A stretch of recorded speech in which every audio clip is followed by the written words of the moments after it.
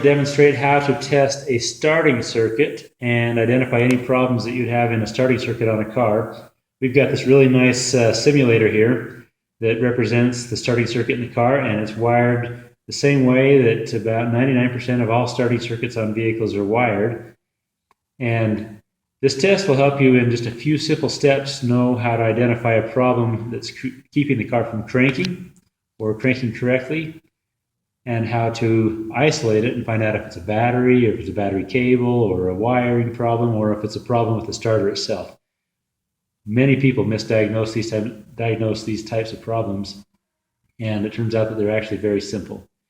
So for the beginning here, let's just explain quickly how a starter motor circuit works. The starter motor itself, this motor needs a power and a ground in order to work. The power being 12 volts, the ground being 0 volts. This particular terminal right here on the back of the solenoid is called the M terminal, and this is the power wire leading into the motor. The motor itself is grounded by being bolted to the engine block, which is directly connected back to the negative battery terminal on the battery. So that's how the motor gets power and ground. The solenoid, on the other hand, is what completes the circuit for the starter motor.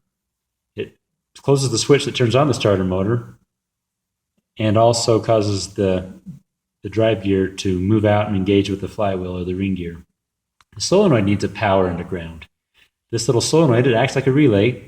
It receives its power right here on this small wire. It's called the S terminal.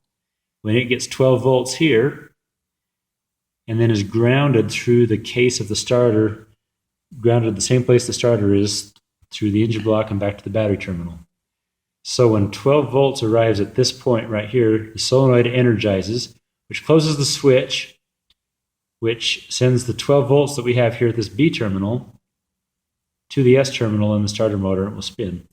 Now the B terminal is connected directly to the positive battery terminal at all times. You see that it's just connected all the time. You'll have 12 volts here. And it's only when the solenoid engages and closes this that we connect these two and supply power to the starter motor.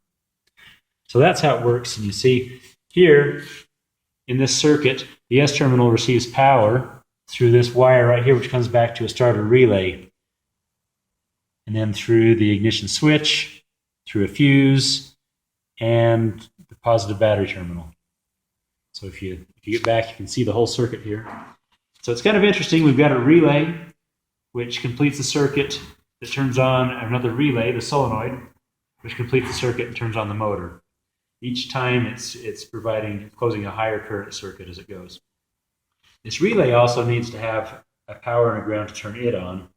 It gets its power right here through this key cylinder, this ignition switch, all right, from the battery, and it gets its ground through this wire here that has a switch in it. And this little switch, this push button, actually represents the clutch safety switch or the park neutral switch that all cars have.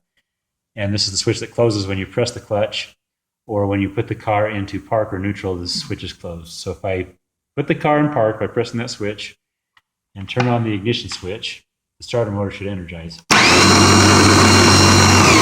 It does. If you look down there closely, you'll be able to see the drive gear as it engages.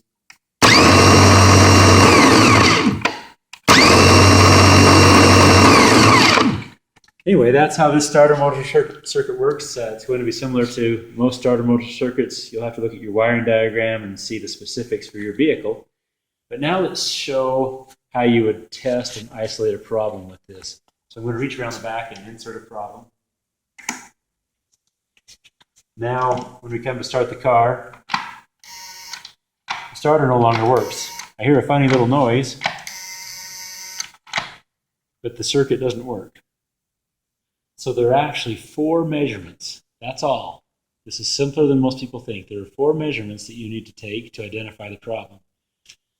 They're all voltage measurements, and they're all going to be done under a load, meaning I want to take these measurements while I'm turning the ignition switch to the start position and attempting to crank the engine. So I'll set my multimeter to the volt setting. If I want to do this without a lot of help, without having somebody else hold the leads, I need my alligator clips on the end here. The first thing I do, step one, is to come to the battery. I'm going to connect my leads to the battery terminals, and I should have battery voltage, which should be about 12.6 volts. This battery is a little bit high. We've got 13 volts, but we won't let that bother us. It should be 13 or 12.6 volts, but this really doesn't matter. What matters is what is the voltage when I'm cranking. If the voltage falls below 9.6 volts, then I know I don't have enough voltage at the battery in order to start the car. So I'm going to put the car in park, turn the ignition switch on, and watch the voltage. And it dropped. You saw that it dropped to about 13.09. It didn't drop very much, though. So that proves to us that the battery is not the reason this car isn't starting. If it was the battery, we'd see the voltage fall. So there's step one. And by the way, I've got these connected onto the battery terminals, which also leaves the possibility, if the voltage did go too low, it leaves the possibility that there's corrosion between the posts and the terminals here. And so you could avoid that or solve that by simply testing directly on the battery posts. But since we had high enough voltage, we know that there's no problem getting voltage to this point. Now we get to choose one of our wires. Again, back to the starter motor. It really has three wires or three circuits that we need to test. One is the power wire to the B terminal. One is the ground wire that doesn't really exist. It's not really a wire, but the ground circuit that supplies ground to the starter motor and to the solenoid through the engine block. So this is the case. There should be 12 volts here. There should be 0 volts here. And then the final one is this S terminal that supplies power to the solenoid. It should have 12 volts when we're cranking. So we'll put one of our leads on the positive battery terminal and move down here to the B terminal. We should have 12 volts here at the positive battery terminal. We should have 12 volts here. And that should give us a reading of 0 volts difference between these 2 points. Right now it says 0 volts. But this only matters, it only counts when I'm cranking the engine over. If there's high resistance in that battery cable, it will likely only show up under a load. So, attempt to crank the car. And while we're cranking it, that didn't go up at all. So we're, under this situation, we're losing nothing. We're not losing any voltage at all from the positive battery terminal to here. That proves that our positive circuit is good. So now we'll do the same thing with the ground circuit. So the ground circuit is the case. So I'll put one lead here on the case of the starter and the other lead up here on the negative battery terminal. And we should have 0 volts at the negative battery terminal. We should have 0 volts here. The meter tells us that we have no voltage difference between those 2 points, which is great, but we can only determine if we have a problem if we measure it while we're cranking the car. While cranking, we have about 2 or 3 millivolts, so it's dropping a little bit of voltage, but almost nothing. That's insignificant. Really here, I wouldn't worry about anything that was more than, I wouldn't worry about anything that was less than about a half of a volt. Or 0.2 volts maybe on one side of the circuit and 0.2 on the positive side, but half a volt overall. But this just shows us that we're getting all of our battery voltage to our starter motor, at least to this B terminal. So we've got one last test to perform, and that's to measure voltage at the S terminal. And so to do that, I want to compare the S terminal voltage here. I'll reverse these. I want to compare the S terminal voltage here to the battery voltage. Remember, the S terminal is a power wire that's connected all the way back through to the positive battery cable. I should have 12 volts here, and when I'm cranking, I should have 12 volts here, which should give me a reading of 0 volts, right? No voltage difference between these 2 points when it's cranking. Now, right now, I read battery voltage, and it should read battery voltage because the circuit is open. But once I close the circuit, it should go to 0 volts. So here we go.